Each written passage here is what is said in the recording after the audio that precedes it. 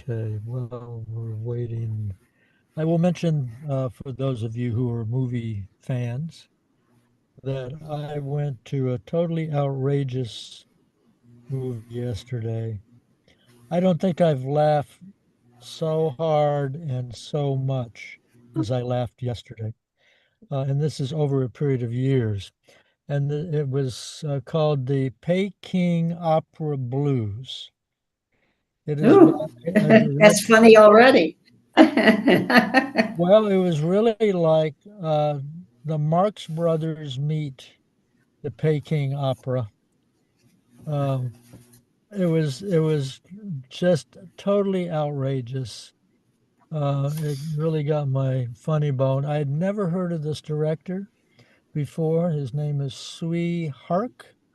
He's actually Chinese born in Vietnam, who has been making movies out of Hong Kong for decades and is apparently very well known in some circles. And this was like the first movie I ever heard of by him.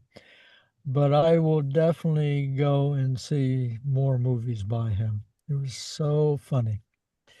And that being said, we will go on to our next uh, bit of humor in the world, Franz Kafka, The Trial. Will you put the name into chat, Duncan, when you get a I chance? will. I Thank will. you. I'll do that right now.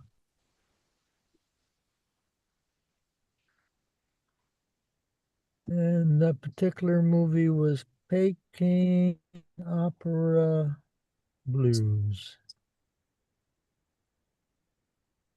There we go. What year was it made? Is it a new one?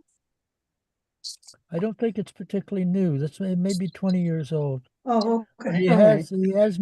he's continuing to make movies. He also has another one called The Shanghai Blues. Totally outrageous. And you know, I'm I smile a lot and I chuckle a lot, but to actually Grease. get me to guffaw and laugh loud enough that other people can hear me is a little rare. And he did it marvelously. After the movie, I had to wait 5 minutes before talking to my friend because I was out of breath. That's brilliant. All right. Anyway, that's somehow connected to the fact that we are going to be continuing for you folks out in video land. We're continuing with our reading of Franz Kafka's The Trial. We're getting rather far into the book, and we're starting on chapter 9 today. We have our reading list up. The way we will do it is our usual. Everyone will get a chance to read, and each reader will decide how much they want to read. After we've gone around at least once, and who knows, we may go around twice, then we will have our discussion. So, the beginning of chapter 9, it is titled In the Cathedral in my version. All right. An Italian colleague who was on his first visit to the town and was one of the bank's most influential clients was to be taken in charge by Kay and shown some of the town's art treasures and monuments. It was a commission that Kay would once have felt to be an honor, but at present juncture, now that all his energies were needed even to retain his prestige in the bank, he accepted it reluctantly. Every hour that he spent away from the bank was a trial to him. True, he was by no means able to make the best use of his office hours, as once he had done. He wasted so much time in the merest pretense of doing real work. But that only made him worry the more when he was not at his desk.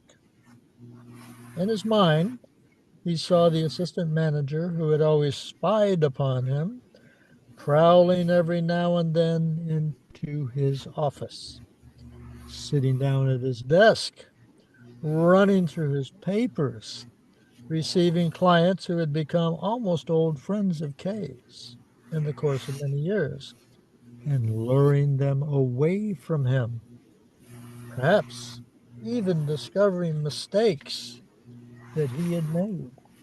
For Kay now saw himself continually threatened by mistakes intruding into his work from all sides, which he was no longer able to circumvent. Consequently, if he were charged with a mission, however honorable, which involved his leaving the office on business or even taking a short journey, and missions of that kind, by some chance, had recently come his way fairly often, then he could not help suspecting that there was a plot to get him out of the way while his work was investigated, or at least that he was considered far from indispensable in the office. Many of these missions he could have easily refused, yet he dare not do so, since, if there were even the smallest ground for his suspicions, a refusal to go would only have been taken as an admission of fear.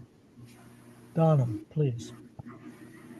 For that reason, he accepted every one of them with apparent coolness, and on one occasion he was expected to take an exhausting 2 days' journey, said nothing, even about a severe chill he had, to avoid the risk of having the prevailing wet autumnal weather advance as an excuse for his not going.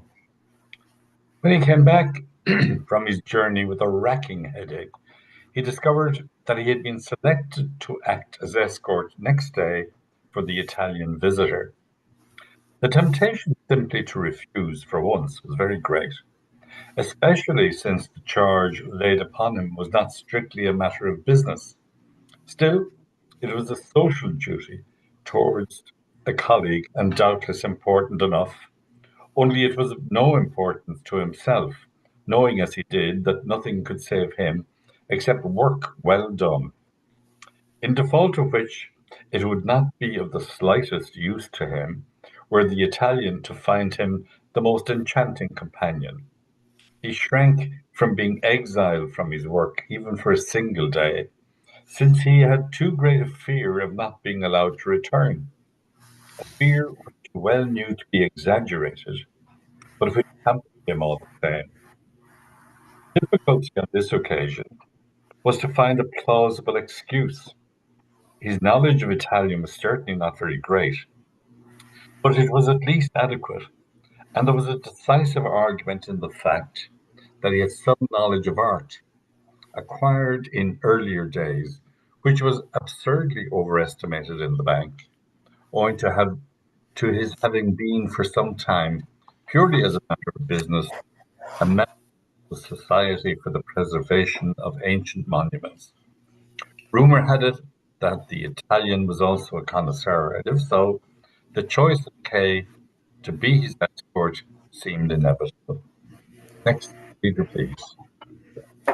It was a very wet and stormy morning when Kay, who was really annoyed at the prospect before him, arrived very early at the office. It was 7 o'clock, to get through some work at least before the visitor took him away from it all. He was very tired, for he had spent half the night studying an Italian grammar to prepare himself a little. Lately, he had got into the habit of spending far too much time sitting at the window, and this now attracted him more than his desk, but he resisted the temptation and sat down to work. Fortunately, just at this moment the clerk came in and said that the manager had sent him to see if Kay had arrived. If he had, would he be so kind as to step over to reception, as the gentleman from Italy was already there. I'll come now, Kay said. He put a small dictionary in his pocket, tucked an album of municipal sites he had prepared for the visitor under his arm, and made his way through through the deputy manager's office to the manager's room. He was glad he had come to work so early and was able to be at their disposal so soon. They could not really have expected this. The deputy manager's office looked, of course, as empty as if it had been dead of night. Probably the clerk had been sent to call him to reception as well, but had not found him there. When Kay walked into reception, the two gentlemen rose to their feet from deep armchairs. The manager smiled amiably. He was obviously very pleased Kay had come. He made the introduction, and the Italian shook Kay's hand vigorously, and with a laugh referred to someone as an early riser. Kay did not understand exactly whom he meant. It was also an unusual word whose meaning Kay guessed only after a while. He replied with a few trite phrases, which the Italian received with another laugh, while nervously fingering his steel grey, bushy moustache. This moustache was evidently scented. Kay felt tempted to go close up and smell. After they had all sat down and entered on a brief introductory conversation, Kay noticed with some disquiet that he understood the Italian only fragmentarily. Tom, would you like to take it from there? Okay, Joe, yeah. He could understand him almost completely when he spoke slowly and quietly, but that happened very seldom. The words mostly came pouring out in a flood, and he made lively gestures with his head as if enjoying the rush of talk. Besides, when this happened, he invariably relapsed into a dialect which Kay did not recognize as Italian, but which the manager could both speak and understand, as indeed Kay might have expected, considering that this Italian came from the very south of Italy, where the manager had spent several years. At any rate, it became clear to Kay that little chance remained of his coming to an understanding with the Italian. But the man's French was just as difficult to follow, and it was no use watching his lips for clues, since their movements were covered by the bushy moustache. Kay began to foresee vexations, and for the moment gave up trying to follow the talk. While the manager was present to understand all that was said, it was an unnecessary effort to make. Confining himself to peevish observation of the Italian lounging so comfortably and yet lightly in his armchair, tugging every now and then at the sharply peaked corners of his short little jacket, and once raising his arms with loosely fluttering hands to explain something which Kay found it impossible to understand, although he was leaning forward to watch every gesture. In the end, as Kay sat there, taking no part in the conversation, only mechanically following with his eyes the seesaw of the dialogue, his earlier weariness made itself felt again, and to his horror, although fortunately just in time, he caught himself absent-mindedly rising to turn his back on the others and walk away. At long last, the Italian looked at his watch and sprang to his feet. After taking leave of the manager, he pressed up to Kay so close that Kay had to push his chair back in order to have any freedom of movement. The manager, doubtless seeing in Kay's eye that he was in desperate straits with this unintelligible Italian, intervened so cleverly and delicately that it appeared as if he were merely contributing little scraps of advice, while in reality he was briefly conveying to Kay the sense of all the remarks, with which the Italian unweariedly interrupted him. In this way, Kay learned that the Italian had some immediate business to attend to, that unfortunately he was likely to be pressed for time, that he had no intention of rushing round to see all the sights in a hurry, that he would much rather, of course only if Kay were agreed, the decision lay with Kay alone, confine himself to inspecting the cathedral, but thoroughly. Anne? Okay. He was exceptionally delighted, he said, to do this in the company of such a learned and amiable man, by which he meant Kay, who was intent on ignoring what the Italian was saying and trying to follow the manager's words. He asked Kay if it was convenient to him to meet him in the cathedral in 2 hours' time, say at 10 o'clock. For his part, he was confident that he could be there by then. Kay said a few words in reply. The Italian shook the manager by the hand, and then Kay, then the manager once more, and made to leave, still in full flow, but only half turning towards them as they followed him to the door. Kay stayed behind for a while with the manager, who looked particularly unwell today. The manager felt he ought to apologize to Kay and confided to him, they were standing very close to each other, that he had initially intended to accompany the Italian himself. Then he gave no further reason. He decided to send Kay instead. If he did not at first understand the Italian, he should not be put out. He would soon pick it up. And even if he did not understand very much at all, that was no bad thing, because it did not matter very much to the Italian whether he was understood or not. Besides, Kay's Italian was surprisingly good, and the manager was sure he would cope very well. With these words, he let Kay go. He spent the rest of the time left to him writing out from the dictionary some unfamiliar terms he would need for a tour of the cathedral. It was the most irksome tasks.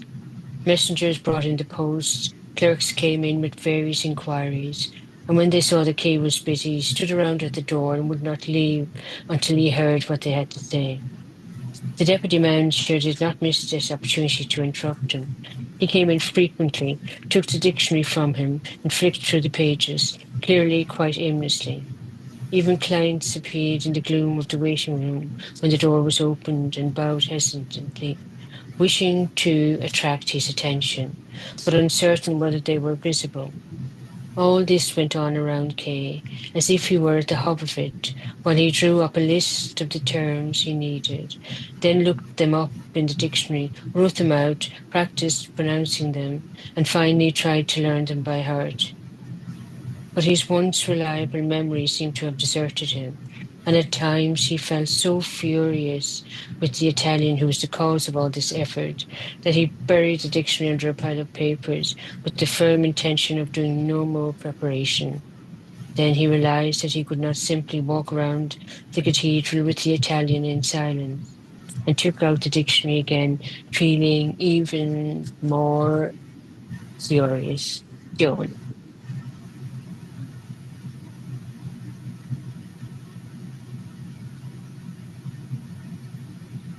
Oh, I'm sorry.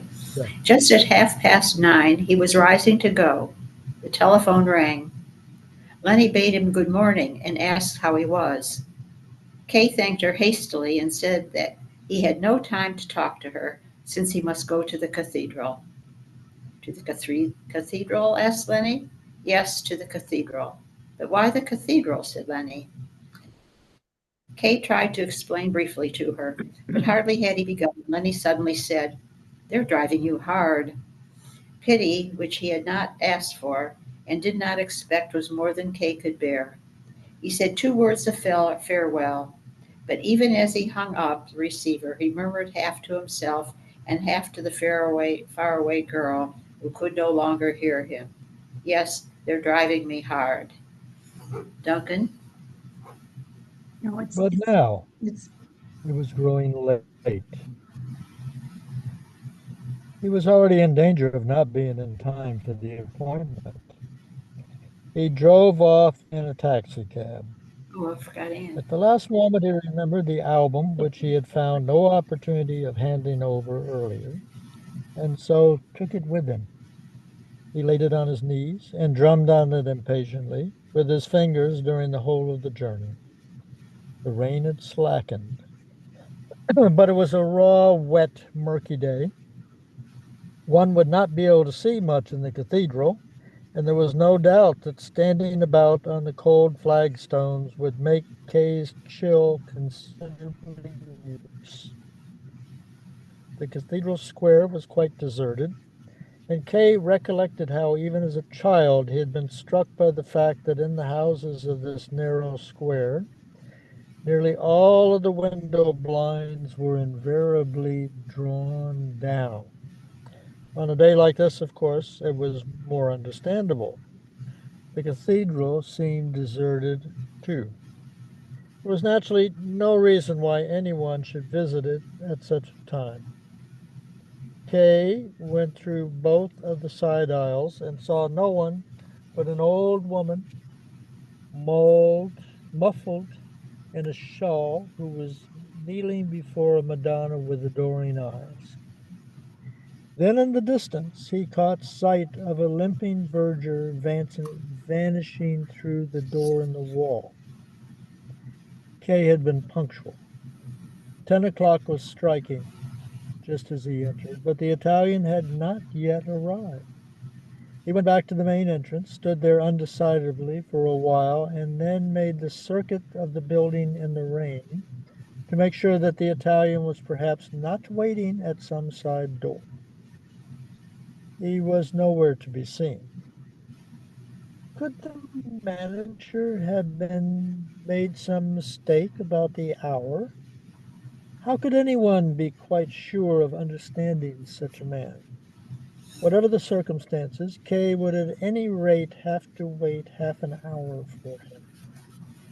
Since he was tired, he felt like sitting down, went into the cathedral again, found on a step a remnant of carpet-like stuff, twitched it with his toe towards a nearby bench, wrapped himself more closely in his greatcoat, turned up his collar, and sat down. By way of filling in time, he opened up the album and ran idly through it, but he soon had to stop, for it was growing so dark that when he looked up, he could distinguish scarcely a single detail in the neighboring hour. Next. Oh, I neglected to say that it was Ann Meisner's turn before you, Duncan. I'm sorry about that. She's not ready. I'll start now. Okay, great. Away, it's all right. Away in the distance, a large triangle of candle flames glittered on the high altar. Kay could not have told with any certainty whether he had noticed them before or not. Perhaps they had been newly kindled. Vergers are by profession stealthy-footed. One never notices them. Kay happened to turn round and saw, not far behind him, the gleam of another candle, a tall, thick candle fixed to a pillar. It was lovely to look at, but quite inadequate for illuminating the altar pieces, which mostly hung in the darkness of the side chapels. It actually increased the darkness. The Italian was as sensible as he was discourteous in not coming, for he would have soon nothing he would have had to content himself with scrutinizing a few pictures piecemeal by the light of Kay's pocket torch. Curious to see what effect it would have, Kay went up to a small side chapel nearby, mounted a few steps to a low balustrade, and bending over it, shone his torch on the altarpiece. The light from a permanent oil lamp hovered over it like an intruder. The first thing Kay perceived, partly by guess, was a huge armored knight on the outermost verge of the picture. He was leaning on a sword, which was stuck into the bare ground, and bare except for a stray blade of grass or two. He seemed to be watching attentively some event unfolding itself before his eyes. It was surprising that he should stand so still without approaching nearer to it. Perhaps he had been set there to stand guard. Kay, who had not seen any picture for a long time, studied this knight for a good while, although the greenish light of the oil lamp made his eyes blink. When he played the torch over the rest of the altarpiece, he discovered that it was a portrayal of Christ being laid in the tomb, conventional in style and a fairly recent painting. He pocketed the torch and returned again to his seat. Next. In all likelihood, it was now needless to wait any longer for the Italian. But the rain was probably pouring down outside, and since it was not so cold in the cathedral as Kay had expected, he decided to linger there for the present. Quite near him rose the great pulpit. On its small vaulted canopy, two plain golden crucifixes were slanted so that their shafts crossed at the tip. The outer balustrade and the stonework connecting it with the supporting columns were wrought all over with foliage in which little angels were entangled, now vivacious and now serene. Kay went up to the pulpit and examined it from all sides. The carving of the stonework was delicate and thorough. The deep caverns of darkness among and behind the foliage looked as if caught and imprisoned there. Kay put his hand into one of them and lightly felt the contour of stone. He had never known that this pulpit existed. By pure chance, he noticed a verger standing behind the nearest row of benches, a man in a loose-hanging black garment with a snuff-box in his left hand. He was gazing at Kay. What's the man after, thought Kay. Do I look a suspicious character? Just want a tip? But when he saw that Kay had become aware of him, the verger pointing with the right hand, still holding a pinch of snuff in his fingers, in some vaguely indicated direction. His antics seemed to have little meaning. Kay hesitated for a while, but the verger did not cease pointing at something or other and emphasizing the gesture with nods of his head. What does the man want? Said Kay in a low tone. He did not dare raise his voice in this place. Then he pulled out his purse and made his way along the benches towards him. But the verger at once made a gesture of refusal, shrugged his shoulders, and limped away. Something of the same gait, a quick, limping motion. Kay had often as a child imitated a man riding on horseback.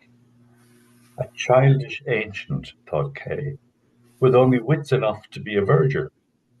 How he stops when I stop, and peers to see if I am following him. Smiling to himself, Kay went on, following him through the side aisle, almost as far as the high altar. The old man kept pointing in another direction, but Kay deliberately refrained from looking around to see what he was pointing at. The gesture could have no other purpose than to shake Kay off. At last, he desisted from the pursuit. He did not want to alarm the old man too much. Besides, in case the Italian were to turn up after all, it might be better not to scare away the only verger. Joe. As he entered the nave to look for the place where he had been sitting and had left the album, he noticed a small ancillary pulpit attached to a pillar almost next to the choir stalls, a simple structure made of smooth grey stone. It was so small that from a distance it looked like an empty recess intended for a statue. A preacher could scarcely take one full stride back from the balustrade, and the stone vaulting above the pulpit began unusually low down and curved up without ornamentation. A man of average height would not be able to stand upright. He would have to lean forward over the balustrade all the time. It seemed designed to be a form of torture for preachers. It was hard to understand what this pulpit was for when they had the other so large, so splendidly ornamented. Tom? Kay certainly would not have noticed it had it not a lighted lamp been fixed above it, the usual sign that a sermon was going to be preached. Was a service going to be held now in the empty church? Kay peered down at the small flight of steps which led upwards to the pulpit, hugging the pillar as it went, so narrow that it looked like an ornamental addition to the pillar rather than a stairway for human beings. But at the foot of it, Kay smiled in astonishment. There actually stood a clerical figure ready to ascend, with his hand on the balustrade and his eyes fixed on Kay. The priest gave a little nod, and Kay crossed himself and bowed, as he ought to have done earlier. The priest swung himself lightly onto the stairway and mounted into the pulpit with short, quick steps. Was he really going to preach a sermon? Perhaps the verger was not such an imbecile after all, and had been trying to urge Kay towards the preacher a highly necessary action in that deserted building. But somewhere or other, there was an old woman before an image of the Madonna. She ought to attend the service too. And if it were going to be a service, why was it not introduced by the organ? But the organ remained silent, its tall pipes looming faintly in the darkness. Kay wondered whether this was not the time to remove himself quickly. If he did not go now, he would have no chance of doing so during the service. He would have to stay as long as that lasted. He was already behind and in the office and was no longer obliged to wait for the Italian. He looked at his watch. It was 11 o'clock. But could it really be a sermon? Could Kay represent the congregation all by himself? What if he had been a stranger merely visiting the church? That was more or less his position. It was absurd to think that a sermon was going to be preached at 11 in the morning on a weekday in such dreadful weather. The priest, he was beyond doubt a priest, a young man with a smooth, dark face, was obviously mounting the pulpit simply to turn out the lamp, which had been lit by mistake. Anne? Okay. But this was not the case. Okay. Instead, the priest examined the lamp and turned it up a little. Then he turned slowly to the balustrade and grasped the front edge with both hands. He stood like that for a while, and without moving his head, looked around. Kay had moved quite a long way back and leaned his elbows on the first row of benches. Somewhere he could dimly make out, without being able to identify the exact spot, the sacristan slumped at rest, as if his task had been done. What silence reigned now in the cathedral. But Kay had to disturb it. He had no intention of staying here. If it was the priest's duty to preach at a particular time, whatever the circumstances, let him do so. He would manage without Kay's support, just as Kay's presence would not enhance the effect. So Kay slowly began to move on tiptoe. He felt his way along the bench, reached the broad central gangway, and walked down it quite undisturbed, except that the stone floor rang with its lightest footstep, continuously echoing and re-echoing from the vaults in a faint but regularly repeated rhythm as he walked. He felt rather isolated as he walked alone, between the empty benches. Perhaps the priest was watching him, and the vastness of the cathedral seemed to him to border on the limits of what a human being could endure. When he reached his earlier seat where he had left the folder, he did not stop, just snatched it up and took it with him. He had almost reached the end of the rows of benches and was approaching the open space between them and the way out when he heard the priest's voice for the first time. It was a powerful, well-trained voice. How it rang through the expectant faces of the cathedral, but it was not a congregational the priest was addressing. There was no mistaking it and no escaping it. He was calling Joseph Kay. Mm. Oh, exactly. Oh, leave it to you, John. Kay started and stared at the ground before him. For the moment he was still free. He could continue on his way and vanish through one of the small dark wooden doors that faced him at no great distance. It would simply indicate that he had not understood the call, or that he had understood it and did not care. But if he were to turn round, he would be caught, for that would amount to an admission that he had understood it very well, that he was really the person addressed, and that he was ready to obey. Had the priest called his name a second time, Kay would certainly have gone on. But since there was a persistent silence, though he stood waiting a long time, he could not help turning his head a little just to see what the priest was doing. The priest was standing calmly in the pulpit as before.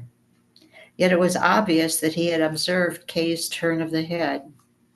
It would have been like a childish game of hide and seek if Kay had not turned right around to face him. He did so, and the priest beckoned him to come nearer. Since there was now no need for evasion, Kay hurried back. He was both curious and eager to shorten the interview, with long flying strides toward the pulpit. At the first rows of seats he halted, but the priest seemed to think the distance still too great.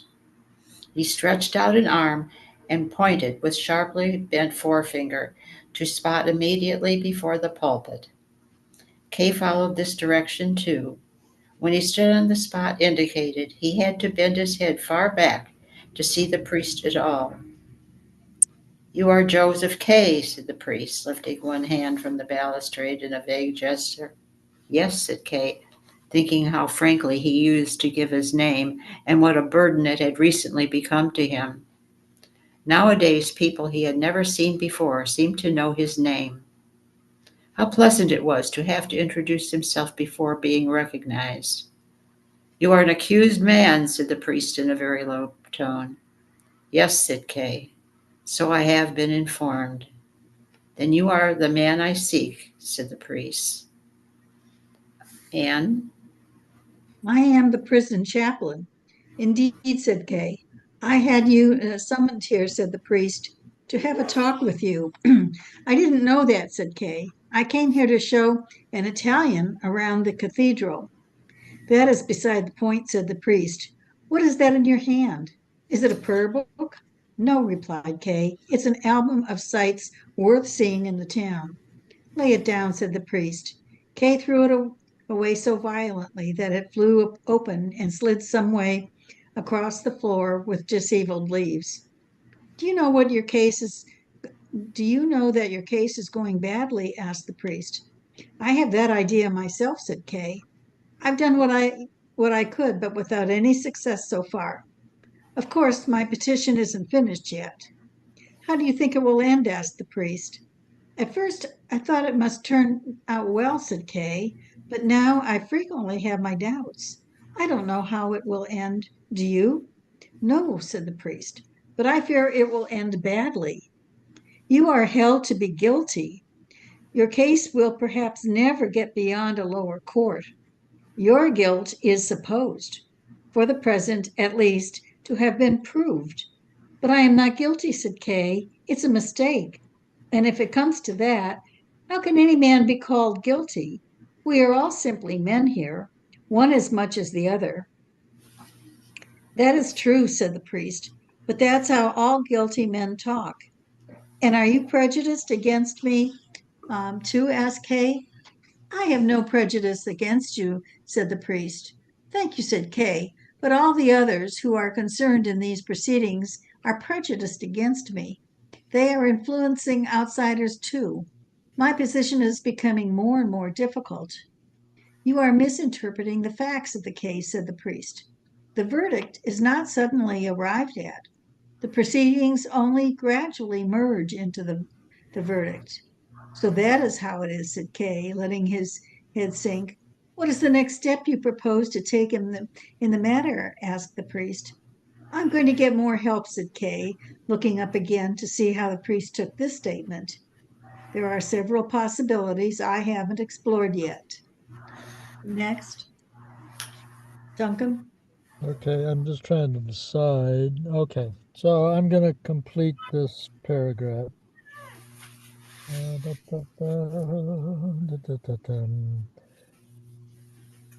You cast about too much for outside help, said the priest disapprovingly, especially from women. Don't you see that it isn't the right kind of help? In some cases, even in many, I could agree with you, said Kay, but not always. Women have great influence. Could move some women I know to join forces in working for me. I couldn't help winning, though, especially before this court, which consists almost entirely of petticoat hunters. Let the examining magistrate see a woman in the distance, and he knocks down his desk and the defendant in his eagerness to get at her. The priest leaned over the balustrade, apparently feeling for the first time the oppressiveness of the canopy above his head. What fearful weather there must be outside. There was no longer even a murky daylight. Black night had set in. All the stained glass in the great window could not illuminate the darkness of the wall with one solitary glimmer of light. And at this very moment, the verger began to put out the candles on the high altar one after another. "Are you angry with me?" asked Kay of the priest. "It may be that you don't know the nature of the court you are serving." He got no answer. "These are only my personal experiences," said Kay. There was still no answer from above. I wasn't trying to insult you," said Kay. And at that point, the priest shrieked from the pulpit, "Can't you see one pace before you?" It was an angry cry, but at the same time sounded like an unwary shriek of one who sees another fall and is startled out of his senses.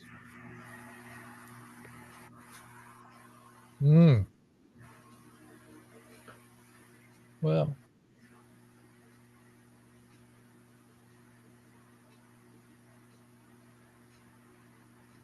does anybody else feel like I do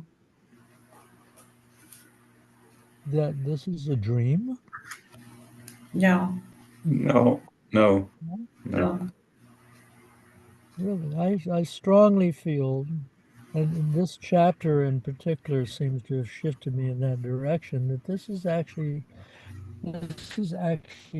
Kay's dream. It's so like the rest of the book. Yeah, I think you could interpret the whole story as a dream if you Yeah, if we're wanted. going to do that, yeah. That's where I'm tending to go with this at this time. Yeah. That for But if some you do reason- that, then you're negating Kafka's whole idea of what he's What- trying to say. If you what is he consider it a trying to dream. say? Okay, Joan, the implication is you know what he's trying to say, so tell me what he's trying to say. Well, I think that he's how to put it, that we don't really have control under the circumstances in which we are living, Mm-hmm. and that we aren't being informed correctly, Mm-hmm. and that we don't Okay. really have much access. We don't have good access Okay. to what is happening. Okay. Okay. And then there's insiders and outsiders. And he's Mhm. obviously an outsider that is going to Outsider. be, yeah, but there are insiders, with priest being one, Yeah. upper management at work. There's something nefarious that's going on.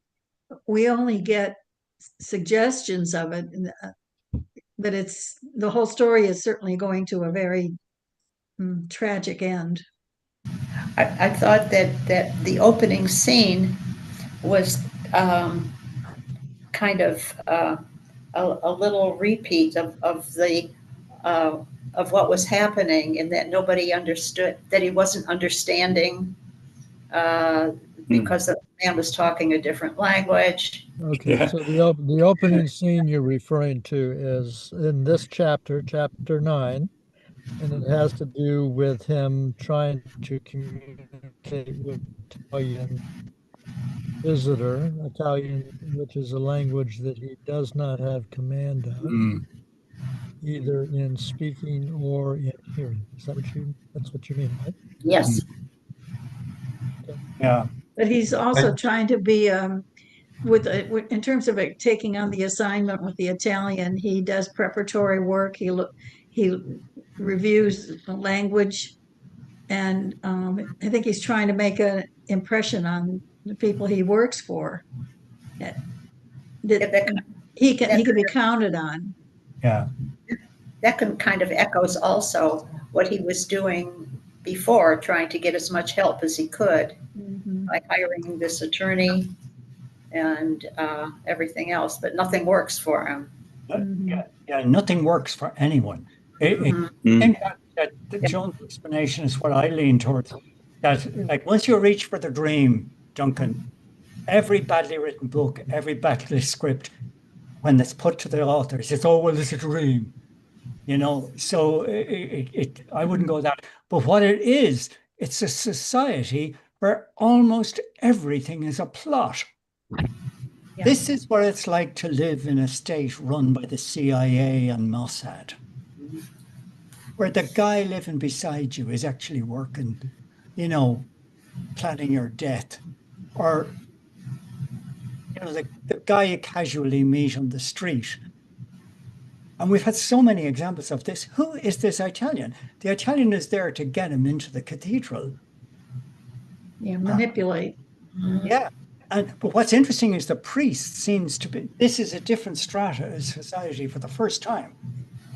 You know, it's now, I think the church does probably not conduct the functions that we would associate with a mainstream religion nowadays. But this priest is an authority figure. And he's standing on a pulpit. This is the trial. Kafka is on trial now, or what's his name? Joseph K. is on trial. Pulpit it's reversed. He should be in the dock, but he's not. The judge is in the high, you know, is in a sort of dock, squeezed in, and he's on a lower ground. I imagine that the priest's powers are very limited as well. But it's when the CIA takes over, you have to be afraid of everything around you. You think you're getting a job, you know, and it turns out to be it's a factory making weapons to attack some other group, you know, and blow them up. You know, this kind of things. And it's that feeling of being in a society where justice is so corroded that no one knows what's going on anymore. Well, I think the description of inside the church is fabulous. You know, all the detail he piles on, it's unbelievable. And like the verdure and the darkness, it suddenly gets dark. The small pulpit, although he says then the vastness of he contrasts that with the vastness of the place. And I especially like that moment when he's walking away and he hears the voice and he has that decision to make whether to, you know, and Kafka details it very humanly. You know, we've all been there when you hear somebody call your name. Do I return? Do I respond? Or I do keep going, you know, depending on the circumstances. But the way he describes, like if he takes a few more steps and doesn't look round, he'll get to the door. But if he turns at all, he'll have to go back, which he goes back. Yeah. But I think it's obviously it's about a kind of the kind of totalitarian states, but I also think it's about human life as well, about the individual confronted by existence, I suppose, in a sense. And no matter where he turns, as somebody said there, you know, even when he's thinking about the manager going through his desk while he's away, he can't understand what's going on between the or the assistant manager. He can't understand what's going on between the manager and the Italian. And then he gets to the cathedral and he can't make any sense of anything either. So yeah. It's but it's I think it's the detail and how Kafka teases out the thoughts and keeps going with them. It is kind of Yeah, it is. I must say, I hope we've better luck in the Three Patrons Church on Saturday than Joseph K. has had. Look out for the verger, Joe. There, yeah. Verger. To watch out for, yeah. Just going back to Kay, when he's called by the priest, when the Italian has up, probably realizes that he's been tricked out of being in his office and he's been removed so that the manager can investigate his desk. But yet it keeps coming back to this, that we don't know what the charge is. We don't know what Yeah. he's guilty of. Yeah. He's We- been told that he's guilty. And we We still know think he's guilty. Yeah, he's been told he's guilty. Yeah. Yeah. Of what? But we never know He's of what. extremely worried now that what's Yeah. going to happen next. You know? Yeah, that's his own fault for relying on too much outside help. Yeah. Oh, that's all we. He should have checked if his passport was up to date and got out of the country. Right. Yeah. Yeah. Yeah. Well, 20 years down the road from this story, we have the whole Nazi control Yeah. of Germany. Yeah. And all of these nuances and, accusations, and I've been reading on it, so it's just so shocking. But all of the power that was given to the soldiers to do everything from kill people to take their possessions, move them from their homes, Yeah. torture them. Oh my God. Yeah.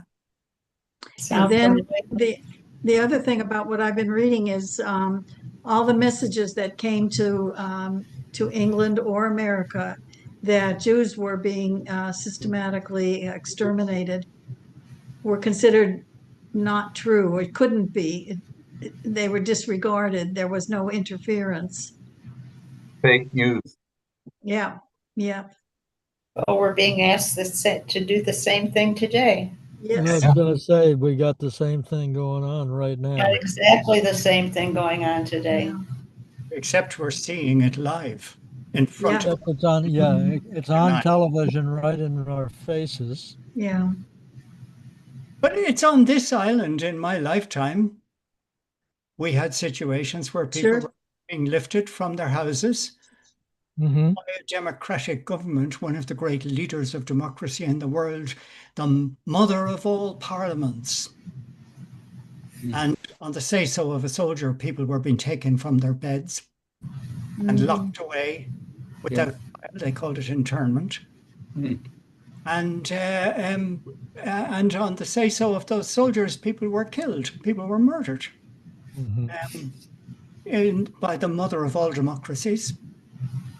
So, Speaking of England, I believe is Britain, the British system, and a system replicated across the world, from India, Pakistan, Cyprus, Aden, anywhere there's trouble. Is this not one of the most common techniques used by people who feel guilty to get outside of their own guilt by accusing other people of being guilty? Could be a strategy, but there's many ways and reasons why people took actions that they did. Whether they believed the government could touch them if they had a military career from World Yeah. War I, or if they were powerful socially, if they were already working in the government. Or in the case of, on this island in the 1970s, the taking of a hostage from every family in Oh, this tradition. oh, And that was the stated policy. Margaret Thatcher talked like that yeah. and still would go around denouncing other countries, denouncing this country and that country for the way they treated people. So there's sort of, there's something very familiar about this book to Yeah. me. And Who's and, that from? and the accused have no power. I've been in. We started in this group to read Bobby Sands and the H block prisons up in Northern Yeah. Ireland, and his protest was that he only had to refuse food, not wear prison clothes that would designate him as a criminal. Yeah. Wanted clothing that said that he was a political captive. Yeah. Mhm. Yeah, dressing men who have not been charged with anything Yeah. in clothes. I mean, if it happened in Russia, we'd all say it's terrible. Yeah. We now know that this is what the Russians were saying to the British. This is what Gorbachev was saying to Thatcher. Hmm. And she had no answer. So it's, like the West. Hmm. Putin calls the West an empire of lies. Think about it. I'm not a Putin admirer, by the way. I'm just telling you that, the West is somewhat discredited by its own behavior. Yeah, you can see where he's coming from. Well, this is a classic. This is Yes. a classic thing when Carl Jung talks about shadow projection. Yeah. The what human beings tend to do is to project their own worst tendencies onto other people as a way of not having to recognize those tendencies within oneself. Yeah. The bullied becomes the bully. Right. Well, the bully becomes the bully because the bully has to protect themselves Yeah. from the accusations. Yeah. But in terms of making sense of the book, I am more bewildered than I have been. Oh, You're what, Joe? Bewildered? I'm more and more bewildered. Oh, you're bored. I don't know what's happening. I think you're doing real well. I think you're getting it, Joe. I don't know. Like this is only showing the internal workings of my mind. It's not telling me. No, I think you're getting it.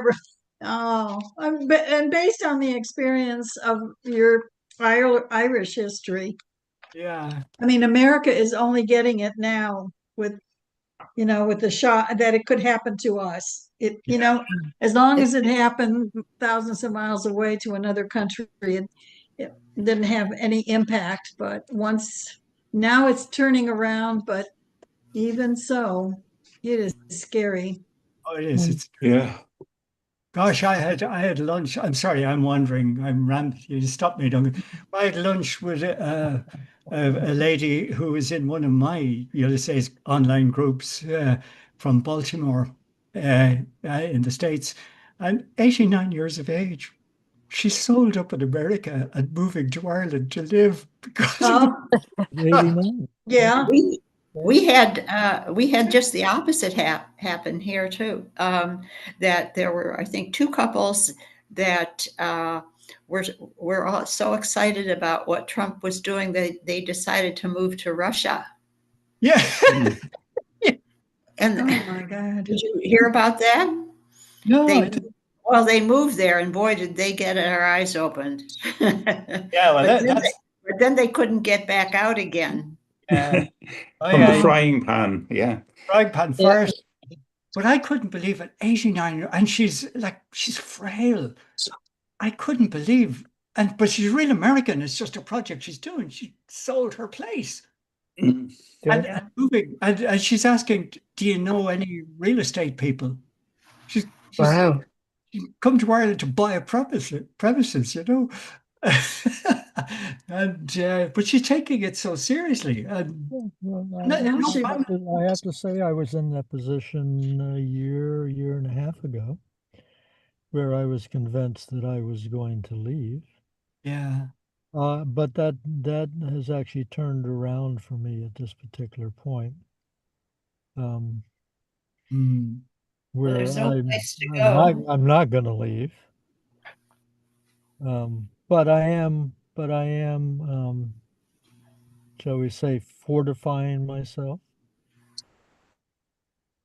That I've done some things very unusual for my character. Usually I've spent most of my life with unlocked doors. Oh, yeah. Mhm. And I would go away for months. Yeah. My wife and I would take the 3 kids, and we would go away in the summertime for 6 to 10 weeks, depending upon the year. And we never bothered to lock the doors, mainly because we had so many doors and windows that it was a fruitless task. So, but I'm going to come right back. I'm going to say that I still see that Kay himself is participating in his own persecution. Hmm. And that this is really even the legal system in Prague, which on the outside sense, this is what we're just talking about here, that system is also built upon dreams. It's kind of like a fun house of mirrors. Hmm. Hmm. Okay, where actually everybody from the investigators to the judges to the priest to the citizens are all participating in this dream of guilt Hmm. and being guilty of nobody's quite sure. By the time you get to the legal system probably has some things that they're accusing people of being guilty of.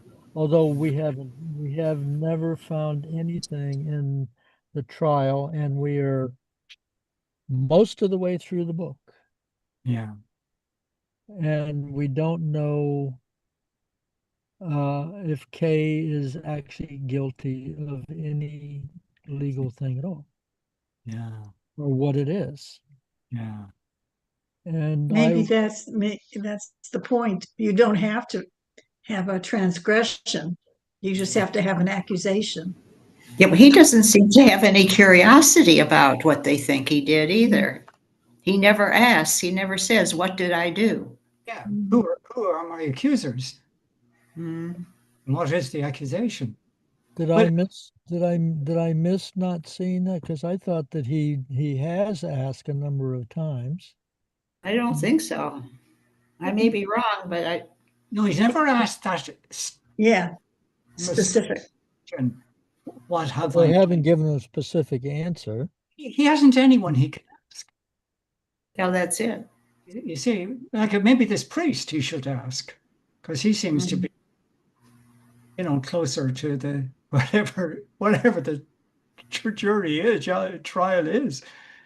I felt a little shiver down my spine when he was talking about the job in the bank, because when I left school, I worked for 6 months in a bank, and fortunately, the call came to go into my profession. But it was just like that they would, on a day you were out of the office, someone would check your work. Mm. And I remember that some, we all, it was handwritten ledgers, guys, like no, it was a big deposits branch of one of the main banks. And like we were handling deposits of 500,000 each, but there's still only figures to be added up, all done by hand. And I remember one guy was out sick, and the manager called me in and said, sit there with Duncan and just cross-check everything he's done for the last month. And I remember thinking, when I go on holidays, will they do that to me? Mm-hmm. And it's exactly what Kay said. He said, get an excuse to get me out of the office to check my work. Okay. Is that not the concept behind the idea of auditors? Oh no, that like we had internal audit, all right, but those guys just arrived in, and they would say just leave everything as it is, and let's have a look, and they'd go through it and ask you, where's this, where's that, where's the other, but this idea of you not being there. And then I say, your man, this doesn't add up here. And he still doesn't know, but the manager knows, and he's watching him from now on. Okay, so it's a secret audit, if you will. Well, see, an audit. The audit is connected to the word audio to hear. So say, look, Joe, we think your balance is wrong here. Can you explain how you got it? And I say, yeah, that's because you're forgetting X, Y, or Z. And that's an audit. but a secret, Okay, it so you is had a not a chance to secret Yeah, defend you under had a chance. inquiry. behind your back. Yeah, like the auditor comes from Roman times, merchants coming in ships. You didn't all travel on their ships. They had, the staff who went, and when the ship came in, the auditor heard his story. He said, "Well, look, we started out with X ton, we voyaged to this, that, and the other, sold Y and Z, ABC, and here's what it comes to." He's the one who listens to the merchant's staff story, and that's okay. But these guys are watching each other, saying, "How long was Tom at lunch last Wednesday?" All right. Okay. Okay. I mean, Right. the bank might think that he's guilty of something. It could be something he's done in the bank. All right. Yeah. Or maybe some mistake he made. Yeah. What interests me is that no matter how bored we are with this book, we seem to have an awful lot to say about it. But we do. That's us. Like that's what we do. We have a lot to say about everything, John. Oh, It's challenging us, John. oh, that's what I mean. It certainly is. Desperately trying to find things to say about it. I can't wait to hear what we're going to say about Alice in Wonderland. But it Well, is one Alice in that Wonderland, though, we were probably taking a lighter vein. I mean, it's almost impossible to come to Kafka without thinking, even before you read anything by Kafka, it's almost impossible to come to Kafka without dark thoughts. Yeah, as Anna said, We're already prejudiced against Kafka, even if we haven't read anything by him. That his reputation as it floats through the culture is dark. And yet, and I think Tom can testify to this, that many times when people are writing, I think, Tom, maybe you mentioned it, that Kafka would read some of his writings to other people. his friends. Laugh a lot. Yeah. Well, he certainly depresses me. I don't walk out of here laughing. Well, yes, I do. You gotta laugh, Jim. You gotta. But you gotta laugh, or you're going to be so depressed. Yeah. Well, it's the old Camus thing. The old Camus quote: "One must imagine Sisyphus as happy." Yeah. Yes. But you see, we can't read Kafka without thinking of we know what happens 20 years later. He didn't. So this could be just a very dark humor with the whole thing. And it's very hard to read it out loud. You wonder, I know that his three sisters were in concentration camps and died. Yeah. I wonder what I would like to know, like, what were they? What's the background of their? Are they? Was it religious? Was it political? Was it resistance? Oh, why they were there? Yeah. Well, they were Jewish. Yeah. That'll explain it. Descent. You did not actually have to be a practicing Jew. No. Just had to, be noted somewhere as being Jewish. In your family line. You could be Catholic and your grandfather was Jewish and they took you. Yeah. Yeah. The Nazis, and this is where I get a thing, the Nazis had, I think, such an overwhelming desire to cast their shadow on some other group. Yeah. That's why they became so extreme. Yeah. And how they actually treated people. I think what they could have been like if they'd had the internet, they were working off manual records.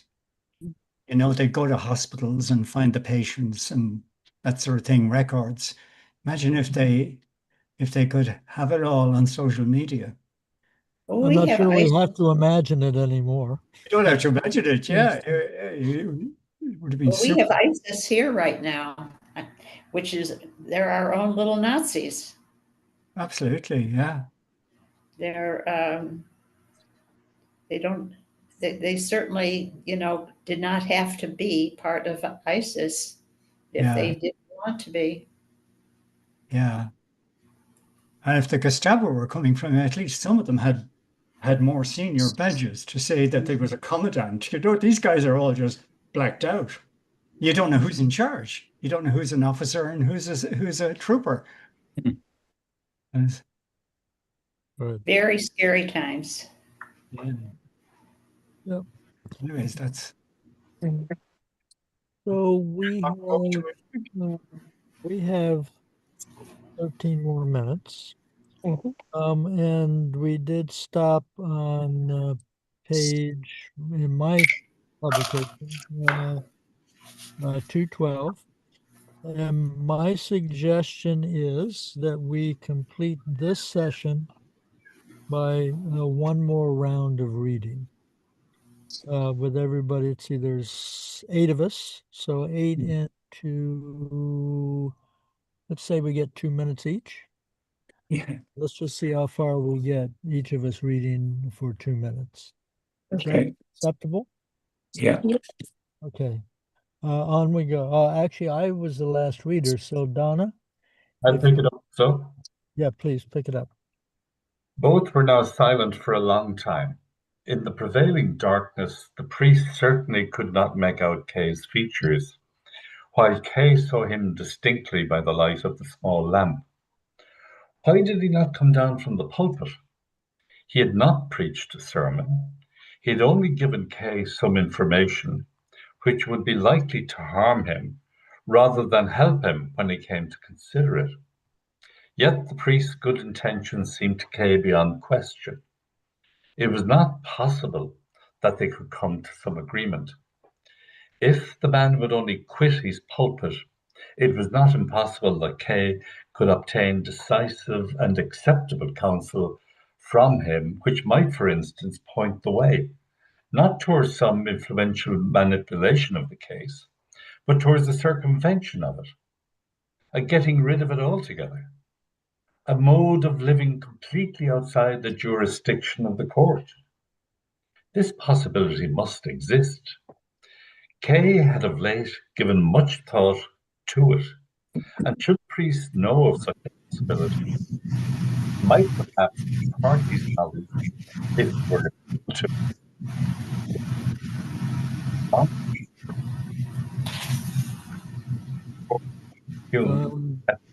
Donna, your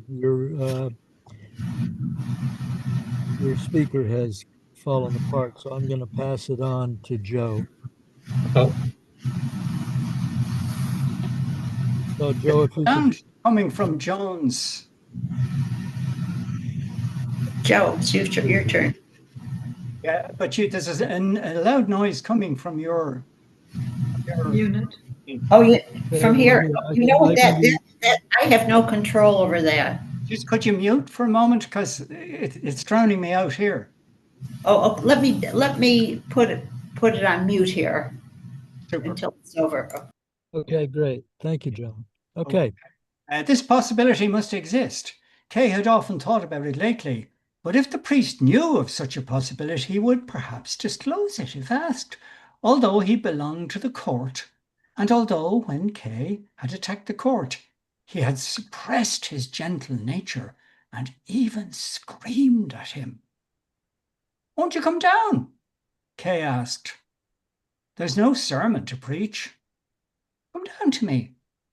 "I can come now," said the priest. Perhaps he was sorry he had screamed.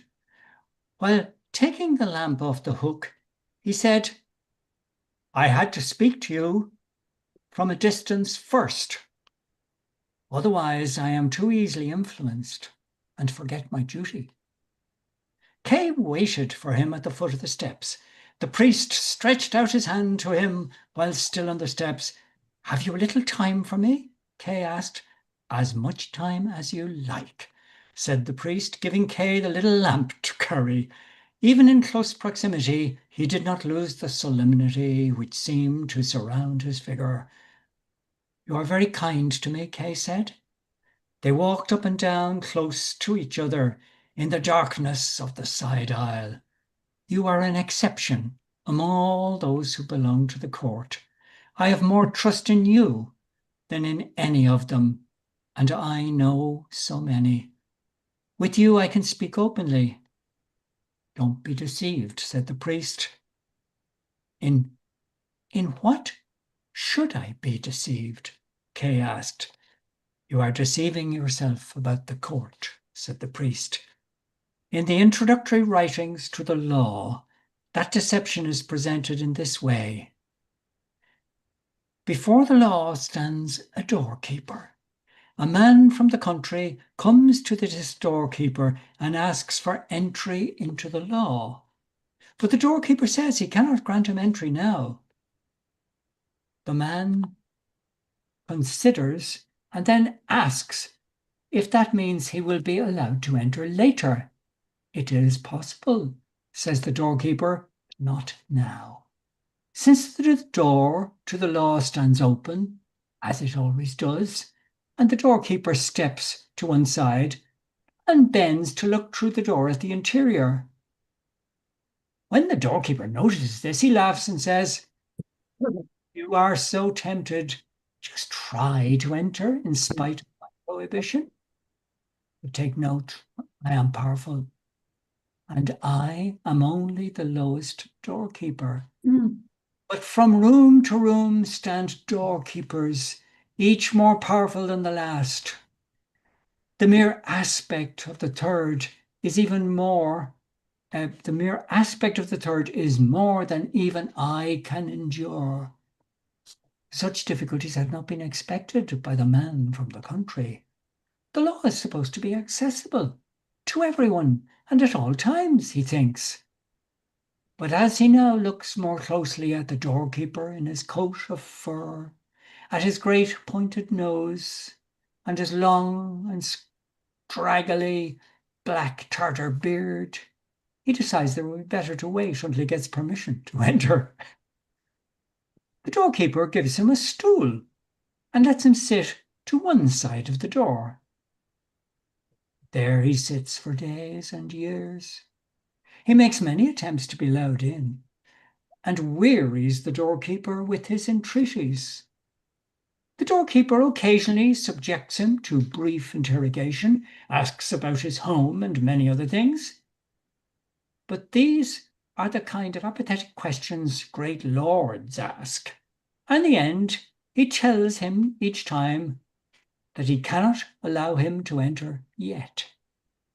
The man who has equipped himself well for this journey gives everything he has, no matter how valuable, to bribe the doorkeeper.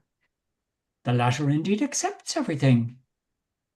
But as he does, he says, I accept this only so that you may not think you have neglected anything. During these many years, the man keeps watch on the doorkeeper almost without a pause. He forgets the other doorkeepers, and the first doorkeeper seems to him the only obstacle to his entry into the law. He curses the unfortunate chance loudly in the first years, and later, as he grows old, he merely mumbles to himself. He becomes infantile, and as in the many years spent watching the doorkeeper, he has come to know even the fleas in his fur collar. He begs the fleas themselves to come to his aid and persuade the doorkeeper to change his mind. Finally, his sight grows weak, and he does not know if it is really getting darker around him or if his eyes are deceiving him. But he does manage to distinguish, let's use my page to go, in the dark a radiance which breaks out imperishably from the door to the law. I think I'll stop there. That's okay. Let's have Tom, if you would go ahead and read. Okay, now his life is drawing to a close. Before he dies, all that he has experienced during the whole time of his sojourn condenses in his mind into one question, which he has never yet put to the doorkeeper.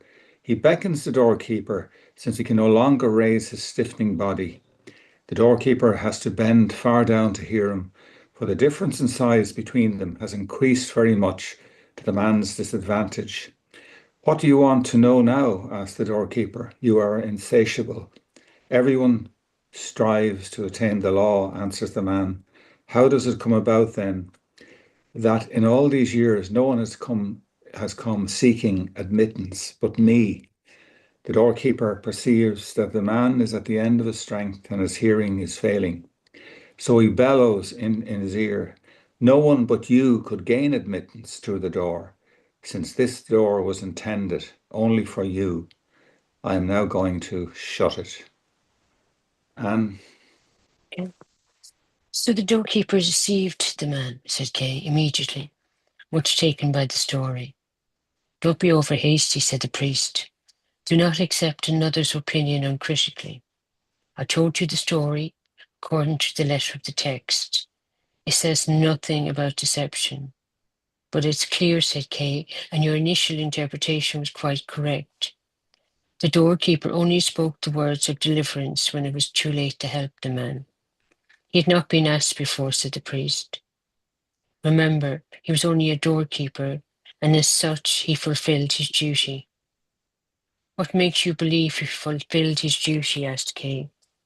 "He did not. It was perhaps his duty to deter all strangers. But he ought to have admitted this man, since the door was meant for him. You do not have enough respect for the text, and you are altering it, the story," said the priest. "The story contains two important statements by the doorkeeper about admittance to the law. One at the beginning, one at the end. The one is that he cannot admit him now, and the other is that this entrance was meant only for him. If there was contradiction between these two statements, you would be right, and the doorkeeper would have deceived the man. But there is no contradiction. On the contrary, the first statement even implies the second. One could almost say the doorkeeper exceeded his duty by holding out the prospect that the man might be admitted at some time in the future." Okay, I'd better stop there. Joan? And you're muted. I'm muted. I'm going to be muted again. And I've lost my place entirely too. So who's next? Okay, it's me. And, But see, I'm in the vicinity, but I'm not sure. Okay, one could almost say that in suggesting to the man the possibility of future admittance, the doorkeeper is exceeding his duty. At that time, his apparent duty is only to refuse admittance, and indeed, many commentators are surprised that the suggestion should be made at all, since the doorkeeper appears to be a precision with a stern regard for duty. He does not once leave his post during these many years, and he does not shut the door until the very last minute. He is conscious of the importance of his office, for he says, "I am powerful." He is respectful to his superiors, for he says, "I am only the lowest doorkeeper." He is not garrulous, for during all these years he puts only what are called impersonal questions. He is not to be bribed, for he says in accepting a gift, "I take this only to keep you from feeling that you have left something undone."